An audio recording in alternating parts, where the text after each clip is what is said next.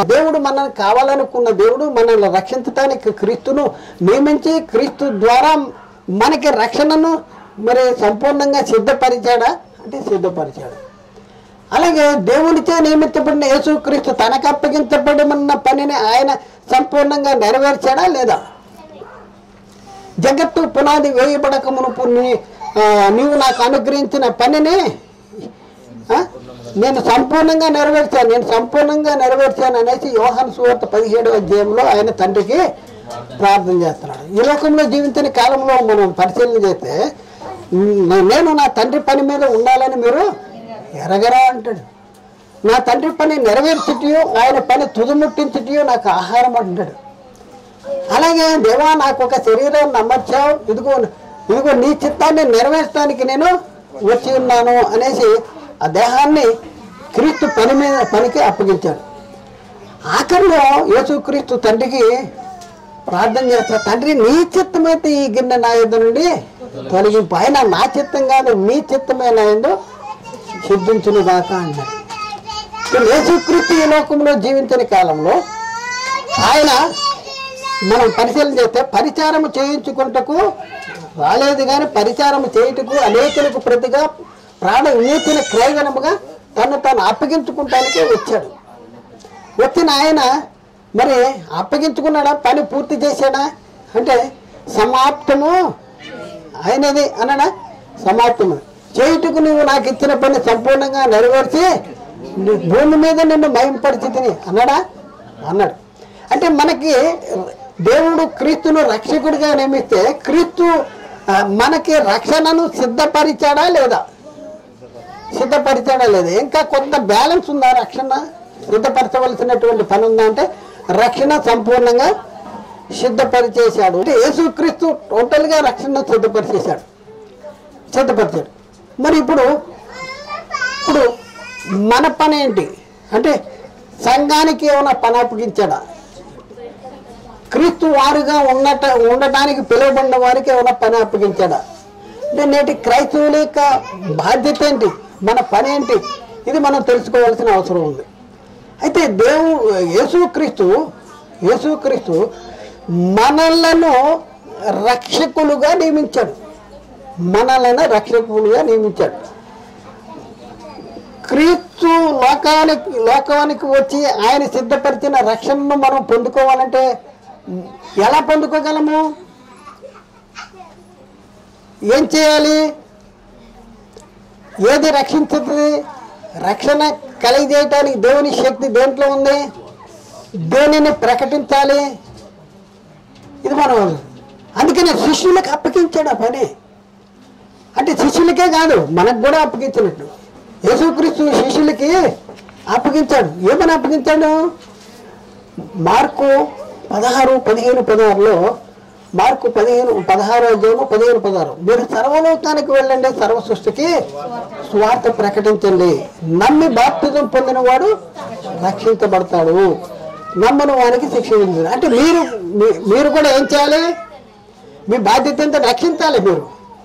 ఇప్పుడు క్రైస్తవుడు ఎవరు? క్రైస్తవుడు రక్షకుడా దేవుడా అనే దగ్గర ఆగిపోయాడు, కానీ క్రైస్తవుడు రక్షకుడు అనే దగ్గరికి రావట్లేదు. ఇప్పుడు మన బాధ్యత ఏంటి? వినేసి మనం ఏం చేస్తున్నాం? మన పనులు చేసుకుంటున్నాం. మొరగని కుక్కలు సాతాను పడేసిన బిస్కెట్లు తినుకుంటా ఏం చేస్తానో చెప్పండి. గేటు దగ్గర కుక్కని కాపలా పెడితే ఆడు బిస్కెట్లు వేస్తే ఆ బిస్కెట్ తినుకుంటా మత్తు వచ్చి పడిపోయింది. అది మనం కూడా మత్తులుగా ఉన్నాం. మనం ఏం చేయాలో వారికి అర్థం అవ్వట్లే. ఎంతసేపు తండ్రి రక్షకుడు క్రీస్తు రక్షకుడు అని వాళ్ళ గురించి ఆలోచిస్తున్నావు, కానీ ఆ తండ్రి పనిని క్రీస్తు నెరవేర్చిన దానిలో కొదువైన వాటిని మరి మన వంతు మన శరీరం ముందు మనం వహించుకోవాలా లేదా అనే బాధ్యత అనేది మనకు అర్థం కావట్లేదు. ఇది మీకు అర్థం కాకూడదు. ఇది సాతాను తంత్రం. నా ముద్ర వేయించుకోండి, మీరు ఈయన కూర్చోండి. ఈయన కూర్చుంటే ఏంటి? ప్రేమ లేనివాడు ఎక్కడున్నాడు? మరణం ముందు నిలిచి ఉన్నాడు. తన సహోదరుని ప్రేమించువాడు జీవము గలవాడు, సహోదరుని ద్వేషించువాడు మరణం ముందు నిలిచి ఉన్నాడు. ఎందుకు అంటే వాక్యము ప్రకటించట్లేదు. ప్రకటించకపోవటం మూలన మనకు తెలిసింది మనం చెప్పాలి, మనం నేర్చుకున్నది మనం చెప్పాలి. అయ్యగారే చెప్తారని కాదు, ఆయనే చెప్తాడు. మనం ఏంటి చందాయత్నం, స్టాండ్ సిట్ అబౌట్ టర్న్ అయిపోయిందా. అయ్యగారికి ముఖం కనిపించే అబ్బా ఈ వారం వరకు మనకి కనపడ్డాం కదా వేసా చందా, అయ్యగారికి అయిపోయింది. అంతవరకే మనల్ని ఉంచుతున్నాడు. కానీ సాతాను ఇదిగో నేను త్వరగా వచ్చుతున్నాను, వాని క్రియలు చొప్పున సిద్ధపరిచిన జీతం నా దగ్గర ఉందంటే, నెల వచ్చేటప్పటికి జీతం ఎక్కువ తీసుకోవాలా తక్కువ తీసుకోవాలని ఆలోచిస్తారా? ఓ 10 రోజులు సెలవు పెట్టడానికి మనం ఇష్టపడతామా? ఇష్టపడితే ఎందుకు జీతం తక్కువ వస్తుంది. మరి ఇప్పుడు మరి సెలవులు పెడుతున్నారా లేకపోతే పని చేస్తున్నారా? ఎవరు పని చేస్తున్నాం? మనకి కూడా పని అప్పగించబడింది. ఇక్కడ చెప్తున్నాడు, మీరు సర్వలోకానికి వెళ్ళి సర్వ సృష్టికి సువార్త ప్రకటన చేయండి. ఎందుకంటే అందుకనే పౌలంటాడు, సువార్తను గురించి నేను సిగ్గుపడేవాడును. రోమా 1:16 సువార్తను గురించి నేను సిగ్గుపడేవాడిని కాదు, కానీ ఏలైనగా నమ్ము ప్రతివానికి మొదట యూదునికి గ్రీకు దేశస్తునికి కూడా రక్షణ కలుగు చేయుటకు అది దేవుని శక్తి ఉన్నది. అది దేవుని శక్తి. రక్షణ కలిగజేయటానికి దేవుని శక్తి దేంట్లో ఉంది? సువార్తలో ఉంది. ఆ సువార్తను గట్టిగా పట్టుకుంటే ఆ సువార్త వల్లే మీరు రక్షణ పొందువారే ఉంటారు. కాబట్టి ఇప్పుడు మన బాధ్యత ఏంటంటే సువార్త ప్రకటన చేయాలి. 1 కొరింథీ పత్రిక 15:1-4 వచనాలు. 1 కొరింథీ 15:1-4 మరియు సహోదరులారా, నేను మీకు ప్రకటించిన సువార్తను మీకు తెలియపరుస్తున్నాను. మీరు దానిని అంగీకరించి దాని యందే నిలిచి ఉన్నారు. మీ విశ్వాసము వ్యర్థమైతేనే తప్ప నేను ఏ ఉపదేశ రూపంగా సువార్త మీకు ప్రకటించుతును, ఆ ఉపదేశమును మీరు గట్టిగా పట్టుకునే ఉన్నాడు. అలా ఆ సువార్త వల్ల మీరు రక్షణ పొందువారే ఉందురు. కాబట్టి 1 కొరింథీ 1:18 ప్రకారం సిలువను గూర్చిన వార్త నశించిన వారికి వెర్రితనముగానే రక్షించబడుతున్న మనకి దేవుని శక్తి, రక్షించబడుతున్న మనకి దేవుని శక్తి. సిలువను గూర్చిన వార్త సువార్త. కాబట్టి ఏది ప్రకటించాలి? మన బాధ్యత ఏంటి? అపొస్తలులు ఏం ప్రకటించారు? క్రీస్తు పునరుద్ధాన సాక్షులు అపొస్తలులు క్రీస్తు పునరుద్ధానాన్ని గురించి ప్రకటించేశారు. ఈ నామాన్ని బట్టి మీరు ప్రకటించకూడదంటే, ఈ నామాన్ని బట్టి మేము ప్రకటిస్తాం, మేము దేవుని మాట వినాలా మీ మాట వినాలా మీరే చెప్పండి అనేసి చెప్తున్నటువంటి పరిస్థితి. కాబట్టి ఇప్పుడు లోపల ఏది నాటపడాలండి? సువార్త, దుర్వార్త, లోక సంబంధమైన వార్త. ఏ వార్త మనలో ఉండాలి? సువార్త ఉండాలి. అందుకనే చెప్తాడు, లోపల నాటపడి మీ ఆత్మలను రక్షించు శక్తిగల వాక్యాన్ని. యాకోబు 1:28 అందుచేత సమస్త కల్మషమును విర్రవీగుతున్న దుష్టత్వమును మాని లోపల నాటబడి మీ ఆత్మలను రక్షించు శక్తిగల వాక్యమును సాత్వికముతో అంగీకరించండి. సాత్వికంతో ఏది ప్రకటన చేయాలి? ఇప్పుడున్న పరిస్థితుల్లో ఏం ప్రకటన చేయాలి? ఇప్పుడు నేను రక్షకుడునైన దేవుడు క్రీస్తు చేత రక్షకుడిగా నియమించబడ్డాను. నేను అన్ని దేవుని చిత్తాన్ని, క్రీస్తు పనులను కొదువైన వాటిని నేను చేయాలంటే నేను చేయాల్సిందేంటి? ఒకటి సువార్త ఉంది, రెండోది భిన్నమైన సువార్త ఉంది. ఒకటేమో ఆత్మ సంబంధమైన సంగతులు ఉన్నాయి, రెండేమో ప్రకృతి సంబంధమైన సంగతులు, లౌకిక సంబంధమైన సంగతులు, భూ సంబంధమైన సంగతులు ఉన్నాయి. మరి ఏ సంగతులు ప్రకటించేయాలి? ఒకవేళ నేను క్రైస్తవుణ్ణి, నేను బోధకుణ్ణి, నేనే పెద్ద బోధకుణ్ణి, నేను తప్ప ఇంకొక బోధకుడు లేడు అని చెప్పుకుంటా ఆత్మ సంబంధమైన సంగతులు చెప్పుకోకుండా, అంటే సువార్త చెప్పుకోకుండా ఇంకా ఏ వార్త అయినా, లోకంలో ఉన్న ఏ వార్తలైనా చెప్తే నీకేంటి? శ్రమ. ఇది ఎవరు గ్రహించారు? పౌలు గ్రహించాడు. 1 కొరింథీ పత్రిక 9:16 వచనంలో పౌలు చూడండి, అప్పటికే శ్రమలు పొందుతున్నాడు. అప్పటికే శ్రమలు, సువార్త ప్రకటనలో శ్రమలు పొందుతున్నాడు. కరువులు, ఇబ్బందులు, ఇరుకులు, శోధనలు, బలహీనతలు, స్వజనుల వల్ల పరజనుల వల్ల ఎన్నో ఆపదలు అనుభవిస్తూ ఉన్నాడు. పని చేస్తున్నాడు తన కోసము, తనతో కూడా ఉన్నవారి కోసము చేతులతో కష్టపడి పని చేస్తా ఉన్నాడు. పని చేస్తా ఉన్నటువంటి పౌలు చెప్తా ఉన్నటువంటి పని ఏంటంటే, సువార్త ప్రకటిస్తున్నటువంటి పరిస్థితుల్లో పౌలు చెప్తున్నటువంటి మాట ఏంటంటే, నేను సువార్త ప్రకటించుతున్నాను నాకు అతిశయ కారణము లేదు కానీ సువార్త ప్రకటించవలసిన భారము చాలండి. అక్కడ అర్థం ఇక్కడ ఏమంటే, సువార్త ప్రకటించుతున్నాను గనక నాకు అతిశయం లేదు. అతిశయించకూడదు. ఎందుకు అతిశయించకూడదు? భారము నీ మీద మోపబడింది. సువార్త ప్రకటించవలసిన భారం మన మీద మోపడింది. నేను ఎక్కువ చేసేస్తున్నా అంటే ఎక్కువ చేసేది ఏంటి? అది నీ పని, అది నీ పని, అది నీ సామర్థ్యాన్ని బట్టి నువ్వు ఇది చేస్తావు. చూడండి, పెద్దోళ్ళు బిందె మీద బిందె వేసుకుని నీళ్ళు తీస్తారు. ఇంకా కొద్దిగా చిన్నవాళ్ళు ఏం చేస్తారు? ఒక బిందె మోసుకొస్తారు. ఇంకా పాప ఏం చేస్తుంది? చిన్న పాప చెంబు మోసుకొస్తుంది. నేను బిందె మోసుకొస్తున్నాను కనుక నీకు అతిశయమా? అదిగో చిన్న పాప చెంబు మోసుకొస్తుంది, నేను 2 బిందెలు మోసుకొస్తున్నా అని అతిశయపడాలా? నీకున్న సామర్థ్యాన్ని బట్టి నువ్వు పని చేయాలి. నీకున్న సామర్థ్యాన్ని నువ్వు పని చేస్తా నేను అతిశయిస్తాను అంటానికి వీలు లేదు. ఎందుకంటే సువార్త ప్రకటించవలసిన భారము నా మీద మోపబడి ఉన్నది. ఒకవేళ నా మీద మోపబడిన ఆ సువార్త రక్షించే, ఆత్మలను రక్షించే ఆ సువార్త కాక నాకున్నటువంటి జ్ఞానము అంటే లోక సంబంధమైన జ్ఞానం, అతి తెలివి లోక సంబంధమైన జ్ఞానము, భౌతిక జ్ఞానము, ప్రకృతి సంబంధమైన జ్ఞానము లోకానికి ప్రకటించేస్తే ఏం జరుగుద్ది? పౌలు చెప్తున్నాడు, అయ్యో నేను సువార్త ప్రకటించకపోయినాడలా నాకు శ్రమ.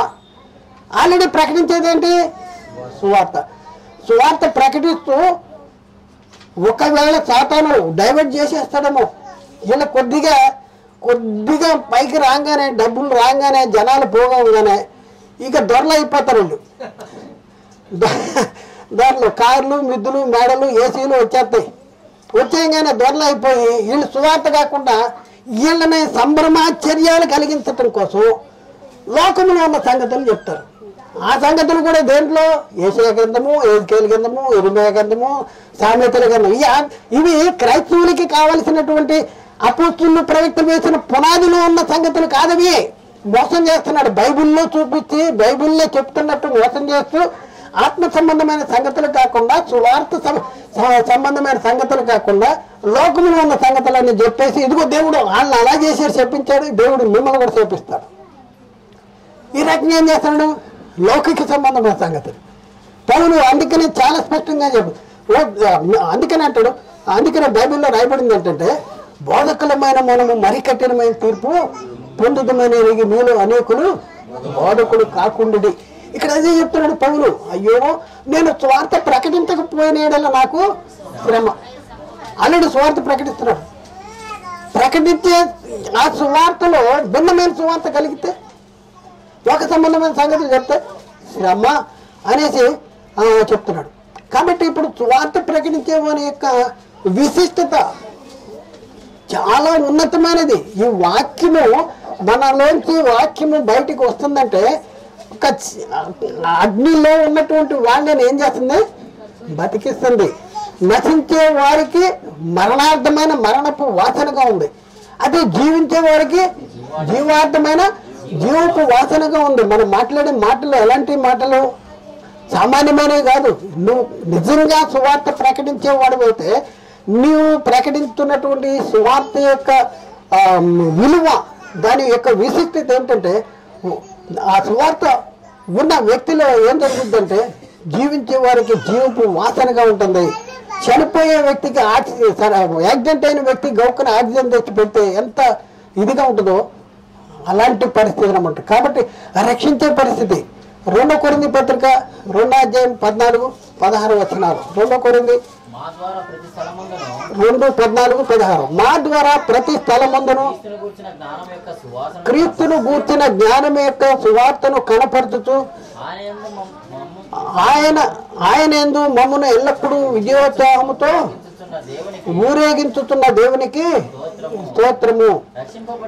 రక్షించబడి వారి పట్లను నశించు వారి పట్లను మేము దేవునికి క్రీస్తు సువార్తగా ఉన్నాము. నశించు వారికి మరణార్థమైన మరణపు వాసనగా ఉన్నాము. రక్షించబడి వారికి జీవార్థమైన జీవపు వాసనగా ఉన్నాము. చూడండి, రక్షించబడి వారికి రక్షించబడి వారి పట్లను నశించు వారి పట్లను దేవునికి క్రీస్తు సువార్తనే అన్నాము. నశించు వారికి మరణార్థమైన మరణపు వాసనగా ఉన్నామంట. మరి రక్షించబడి వారికి జీవార్థమైన జీవపు వాసనగా ఉన్నాము. కాబట్టి ఇప్పుడున్న పరిస్థితుల్లో మనల్ని గురించి మన బోధన గురించి జాగ్రత్తగా పరిశీలన చేసుకోవాలి.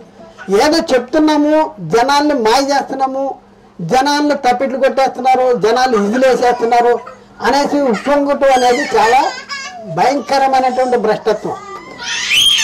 చెప్పేది సువార్త కాదా, ఇది మనకు ఆలోచించుకోవాలి. 1 తిమోతి 4:16 నిన్ను గూర్చి నీ బోధన గూర్చి జాగ్రత్త కలిగి ఉండము, వీటిలో నిలకడగా ఉండము, నీవేలాగూ చేసి నిన్నును నీ బోధ వినువారిని అదండి రక్షించుకుందువు. ఇక్కడ నిన్ను రక్షించుకుందు, నీ బోధ వినువారిని కూడా రక్షించుకుంది. ఎందులో నిలకడగా ఉండాలి? వీటిలో సత్య సంబంధమైన బోధలో నిలకడగా ఉండాలి. అందుకనే మనం పరిశీలన చేస్తే మనం ఎలా ఉండాలంటే అలాగూ మనం ప్రేమ కలిగి ఉండాలి. క్రీస్తు మనల్ని ప్రేమించి మన కోసము పరిమళ సువాసనగా ఉండటానికి మన కొరకు తను తాను దేవునికి బలిగా అర్పించుకునేను. అలాగనే మీరును ప్రేమ కలిగి ఉండండి. 5:2 ఎఫెసీ పత్రిక. అలాగే చాలండి. అలాగే మనం చూస్తే కొలసీ పత్రిక 1:24 పౌలు ఏం చెప్తున్నాడంటే, ఇప్పుడు మీ కొరకు నేను అనుభవించుతున్న శ్రమలు ఎందు సంతోషించుతూ సంగమును శరీరము కోసం క్రీస్తు పడిన పాటలో కొదువైన వాటిని నా వంతు నా శరీరం అందు నేను వహించుకొనుచున్నాను అంటాడు. ఎందుకయ్యా వహించుకుంటున్నావు అంటే, ఏ విధము చేత నేను కొందరినైనా రక్షించాలి. కాబట్టి నేను అందరికీ అన్ని విధములు వంటి వాడిని అయ్యాను. 1 కొరింథీ 9:22 బలహీనులను సంపాదించుకుంటూ బలహీనుడనైతని ఏ విధము చేతనను కొందరిని రక్షింపవల్లని అందరికీ అన్ని విధములు వంటి వాడిని అయితని. 1 కొరింథీ 10:33 అనేకులు రక్షించబడవలనని వారి ప్రయోజన కొరకు చూడండి. ఇలాగూ నేను కూడా స్వప్రయోజనమును కోరక అనేకులను రక్షింపబడవలనని వారి ప్రయోజనము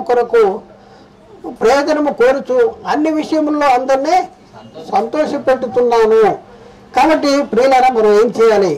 ఇప్పుడున్న పరిస్థితుల్లో సందేహపడే వారిని కనికరించాలి. యూదా పత్రిక 1:22-23 సందేహపడే వారి మీద కనికరము చూపుడి, అగ్నిలో నుండి లాగినట్లు కొందరిని రక్షించుడి. చాలండి, అగ్నిలో నుండి లాగినట్లు కొందరు రక్షించవల్ల దేని ద్వారా ఏం ప్రకటించాలి? సువార్త. రక్షించే శక్తి దేనిలో ఉంది? దేన్ని ప్రకటించమన్నాడు? యేసుక్రీస్తు సర్వలోకానికి వెళ్ళి సర్వ సృష్టికి సువార్త ప్రకటించమన్నాడు. యాకోబు 5:19-20 నా సహోదరులారా, యాకోబు 5:19-20 మీలో ఎవడైనాను సత్యము నుండి తొలగిపోయినప్పుడు మరొకడు అతన్ని సత్యమునకు మళ్లించిన ఎడల పాపిని వాని తప్పు మార్గము నుండి మళ్లించేవాడు మరణము నుండి ఒక ఆత్మను రక్షించి అనేక పాపములు కప్పివేయును. పాపిని వాని పాపం నుండి రక్షించాలి. ఈరోజు మన బాధ్యత ఏంటి? మన కర్తవ్యం ఏంటి? మన బాధ్యత, మన కర్తవ్యం మానేసి అదిగో తండ్రి రక్షకుడు యేసు రక్షకుడు, తండ్రి రక్షకుడు యేసు. కరెక్టే నాన్న, తండ్రి రక్షకుడు. తండ్రి క్రీస్తుని రక్షకుడిగా పంపించాడు, క్రీస్తు మనల్ని రక్షకుడిగా నియమించాడు, మనకు బాధ్యత అప్పగించాడు. మీరు సర్వలోకానికి వెళ్ళి సర్వ సృష్టికి సువార్త ప్రకటించండి. మీ మాటలు చెప్పాకండి, మీ సాక్ష్యాలు చెప్పాకండి. నా సాక్ష్యం అండి చాలా పెద్దదండి, 2 రోజులు పడుతుందండి అంటాడు. ఇప్పుడు కొద్ది చెప్తా, తర్వాత కొద్ది చెప్తాను. నీ సాక్ష్యం నీ పాపి, నీ బోడి, నీ సాక్ష్యమే ఉండదు కావాలి. క్రీస్తుని గురించి సాక్షులుగా ఉండాలి. క్రీస్తు ఆ సువార్తను గట్టిగా పట్టుకుంటే ఆ సువార్త వల్ల రక్షణ, ఆత్మలను రక్షించే శక్తి గల వాక్యాన్ని సాత్విక. ఏది ప్రకటించాలి? అయ్యో నేను సువార్త ప్రకటించకపోతే నాకు శ్రమ అంటున్నాడు. ప్రియులారా, మీరు ఎవరిని గురించి ప్రకటిస్తున్నారు? పాత నిబంధనల సంగతులు ప్రకటిస్తున్నారా? సువార్త కాదని లోక సంబంధమైన సంగతులు చెప్తున్నారా? ఉగ్రవాదుల గురించి చెప్తున్నారా? శాస్త్రవేత్తల గురించి చెప్తున్నారా? లేకపోతే ఈ సూర్యుడు చంద్రుడు ఈ ప్రకృతి గురించి చెప్తున్నారా? ఏం చెప్తున్నారు? అసలు ఆత్మను రక్షించే శక్తి గల వాక్యాన్ని చెప్పట్లేదు మీరు. క్రీస్తు మరణ సమాధి పునరుద్ధానాన్ని గురించి చెప్పాలి, సువార్తల గురించి చెప్పాలి. అదే చెప్పండి. ఒకసారి చెప్పేశాం కదా అంటే అదే చెప్తా ఉండండి, వాటినే చెప్పండి, లోకానికి అదే చెప్పండి, అవే చెప్పాలి. ఎందుకంటే రక్షించే శక్తి దాంట్లో ఉంటే, ఇప్పుడు మందు తెచ్చుకున్నాం, దగ్గు మందు తెచ్చుకున్నాం, రోజు ఇదేనా? నిన్న వేసుకున్నాం, మొన్న వేసుకున్నాం, రోజు ఇదేనా? ఇంకోటి వేసుకుంటా అంట. ఏ దగ్గు తగ్గేదే వేసుకోవాలి, అంతేనా? దగ్గు తగ్గేది కాకుండా ఇంకో మందు పక్కన ఉంది కనుక అదే వేసుకుంటాను, ఇది నిన్న మొన్న వేసుకున్నా అంటే కుదురుద్దా? బైబిల్లో ఉన్నాయని చెప్తే రక్షణ పొందుతారా? ఏం చెప్తే రక్షణ పొందుతారు? బైబిల్ ఏం చెప్తుంది? ఈరోజు మన బాధ్యత ఏంటి? మనం ఎవరము? ఈ దినాలలో క్రైస్తవుడే రక్షకుడు, క్రైస్తవుడే రక్షకుడు. నిన్ను క్రీస్తు రక్షకుడుగా నియమించాడు. నిన్ను క్రీస్తు రక్షకుడు. సర్వలోకానికి వెళ్ళి సర్వ సృష్టికి సువార్త ప్రకటించండి అన్నాడు. నమ్మి బాప్తిజం పొందినవాడు రక్షించబడతాడు. రక్షించే పనిని ఎవరికి అప్పగించాడు? బాప్తిజం ఇచ్చే పనిని ఎవరికి అప్పగించాడు? మనకు అప్పగించాడు. నమ్మి బాప్తిజం సువార్త ప్రకటన చేస్తే, నమ్మి బాప్తిజం పొందితే వాడు రక్షణ పొందుతాడు. కాబట్టి ఇప్పుడు సువార్త ప్రకటించాలి, బాప్తిజాలు ఇవ్వాలి. ఈ పని ఎవరు చేయాలి చెప్పండి? యేసుక్రీస్తు వచ్చేస్తాడా? ఆయన పనులలో కొదువైన వాటిని మన వంతు మన శరీరం ముందు మనం వహించుకోవాలి. ఇది మనం నేర్చుకోవాలి. కాబట్టి ఆలోచన చేయండి, అర్థం చేసుకుంటానికి ప్రయత్నం చేయండి, సత్యాన్ని గ్రహించండి, సత్యానికి లోబట్టడానికి ప్రయత్నం చేయండి. మీరు సామాన్యులు కాదు. ఈరోజు క్రైస్తవుడు సామాన్యుడు కాదు. ఒక బోధకుడే చెప్పుకుంటాడు అనేది కాదు. ప్రతి వాళ్ళు రాజులైన యాజక సమూహాలు, దేవుని సొత్తైన ప్రజలు. కాబట్టి ప్రతి ఒక్కరు కూడా సువార్త ప్రకటించవలసినటువంటి బాధ్యత ఉంది. కాబట్టి సువార్త ప్రకటించట్లేదనుకో నీకు శ్రమ. కాబట్టి ప్రియులారా, ఆలోచించండి, అర్థం చేసుకోండి, సత్యాన్ని గ్రహించండి, లోబట్టడానికి ప్రయత్నం చేయండి.